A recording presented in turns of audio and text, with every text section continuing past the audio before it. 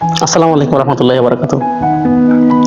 আপনার ফোনের অ্যাপ্লিকেশনগুলো যেমন বিকাশ, নগদ, ফেসবুক, ইনস্টাগ্রাম, এরপর রেলওয়ে সহ বিভিন্ন অ্যাপ্লিকেশন আছে, অ্যাপসগুলো আছে এবং বিভিন্ন সাইট, এগুলোতে ঢোকার জন্য আপনার পাসওয়ার্ড চাইবে, এটাই স্বাভাবিক।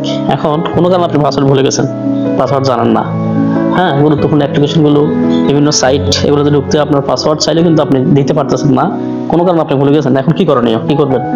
আপনি কি জানেন যে আপনার এই পাসওয়ার্ডগুলো আপনার ফোনেই আছে, ফোনেই সেভ করা আছে? শুধু একটু চেষ্টা করলে আপনি এই পাসওয়ার্ডগুলো উদ্ধার করতে পারবেন। তাহলে চলুন কিভাবে আজকে আমরা আপনার ফোনের বিভিন্ন অ্যাপ্লিকেশন অথবা বিভিন্ন সাইটের দেওয়া পাসওয়ার্ডগুলো কিভাবে উদ্ধার করব, আজকে এই গুরুত্বপূর্ণ বিষয়টা নিয়ে হাজির হয়েছি। তার আগে আপনাদের কাছে রিকোয়েস্ট হলো আমার ফেসবুক পেজটি আপনারা ফলো করে দিন এবং ভিডিওটা ভালো লাগলে শেয়ার করে দিন। আর যারা ইউটিউবে দেখবেন তারা অবশ্যই সাবস্ক্রাইব করে দিবেন। তো তাহলে কথা না বাড়িয়ে শুরু করি আজকের এপিসোড। সর্বপ্রথম আপনারা আপনাদের অ্যান্ড্রয়েড ফোনে চলে যাবেন। অ্যান্ড্রয়েড ফোনে যাওয়ার পর আপনারা আপনাদের এই ফোন থেকে আপনারা যাবেন ক্রোম ব্রাউজার। আপনাদের ক্রোম ব্রাউজারে চলে যাবেন, আপনাদের ফোনের ক্রোম ব্রাউজারে ক্লিক করবেন। ক্লিক করার পর আপনারা এরকম একটা ইন্টারফেস পাবেন।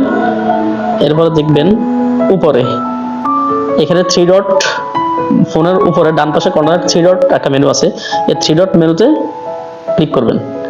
থ্রি ডট মেনুতে ক্লিক করার পর আবার দেখতে পাচ্ছেন এখানে সেটিংস নামের একটা আইকন দেখাচ্ছে, এই সেটিংসে আপনারা ক্লিক করে দেবেন। সেটিংসে ক্লিক করার পর আপনারা দেখতে পাচ্ছেন একটু নিচে আছে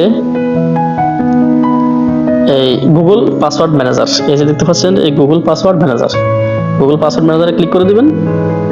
ক্লিক করার পর আপনারা দেখতে পাচ্ছেন আমার ফোনে আমার যে অ্যাপস বা সাইটগুলো আছে এগুলোতে যে আমি পাসওয়ার্ডগুলো দিয়েছি এগুলো আস্তে আস্তে দেখাচ্ছে। যেমন আমার এখানে আছে আমার ওয়াইফাই পাসওয়ার্ড, এরপর আপসির, এরপর আছে অ্যাকাউন্ট শাওমি, নিচে আছে বিকাশ। এই যে দেখতে পাচ্ছেন আমার বিকাশ অ্যাপস, আমার বিকাশের যে পাসওয়ার্ড আমি ভুলে যাই, এখানে ক্লিক করব। হ্যাঁ, তাহলে আমি ক্লিক করলাম আপনাদের দেখানোর জন্য। আমি বিষয়টা দেখাচ্ছি। ক্লিক করার সাথে সাথে এরকম একটা ইন্টারফেস আসবে যেখানে আমার এন্টারের স্ক্রিন লক দেখাচ্ছে। এখন স্ক্রিন লক যেহেতু আমার এখানে ফিঙ্গারপ্রিন্ট দেওয়া, আমি ফিঙ্গারপ্রিন্ট দিলাম। দেওয়ার পর এরকম ইন্টারফেস দেখাবে। এখানে আমার যে নাম্বারে আমি বিকাশটা খুলছি ওই নাম্বারটা দেখাচ্ছে, এই যে নাম্বার।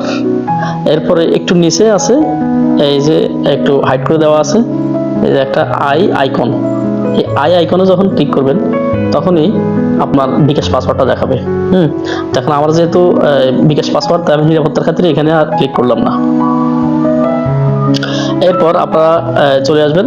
এবারে আমার এখানে কি কি অ্যাপস বা সাইট আছে যেগুলো আমি পাসওয়ার্ড এখানে সেভ করা আছে, চরকি, এরপরে দেয়া আছে নিচে দারাজ, হ্যাঁ, এরপরে আছে digitalbangladesh.gov.bd, এরপরে আছে dpe.gov.bd, হ্যাঁ, এরকম অনেক আছে। যেমন আমার নিচে আছে etax.nbr.gov.bd, হ্যাঁ, আমার ট্যাক্সের জন্য আমি যে সাইটে ঢুকছি এখানে একটা পাসওয়ার্ড লাগে, পাসওয়ার্ড সেভ করা আছে। এরপরে আরেকটু নিচে আছে ফেসবুক, এই যে ফেসবুক দেওয়া আছে। এরপরে আছে finance.gov.bd, আমার গুরুত্বপূর্ণ, আমার গভর্নমেন্ট জবের জন্য গুরুত্বপূর্ণ কিছু সাইট। এরপর আছে icc.cricket.com, এরপর আছে ইনস্টাগ্রাম, হ্যাঁ, এইভাবে অনেকগুলো আছে। তো আপনাদের ফোনে যার ইচ্ছে মতো, যার প্রয়োজনীয় যে অ্যাপসগুলো আছে বা সাইট আছে এখানে পাসওয়ার্ডগুলো এখানে সেভ করা পাবেন। আমার আরও নিচে মুক্তপাঠ আছে nidw.gov.bd। আমার এনআইডি সার্ভিসের জন্য মাঝে মধ্যে এনআইডি উদ্ধার করার জন্য বা এনআইডি উত্তোলন করার জন্য আমি এই সাইটে ঢুকি, তো এটার জন্য পাসওয়ার্ড আছে। এরপর আছে railway.gov.bd, রেলওয়ে টিকিট কাটার জন্য। এরপর আছে সেলফ শপিং, হ্যাঁ, স্ন্যাপচ্যাট সহ অনেক। তো মূল বিষয় হচ্ছে আপনাদের যেই পাসওয়ার্ডগুলো এখানে আছে, যে পাসওয়ার্ডগুলো আপনাদের ফোনে ইউজ করেন এই পাসওয়ার্ডগুলো অবশ্যই এখানে পাবেন।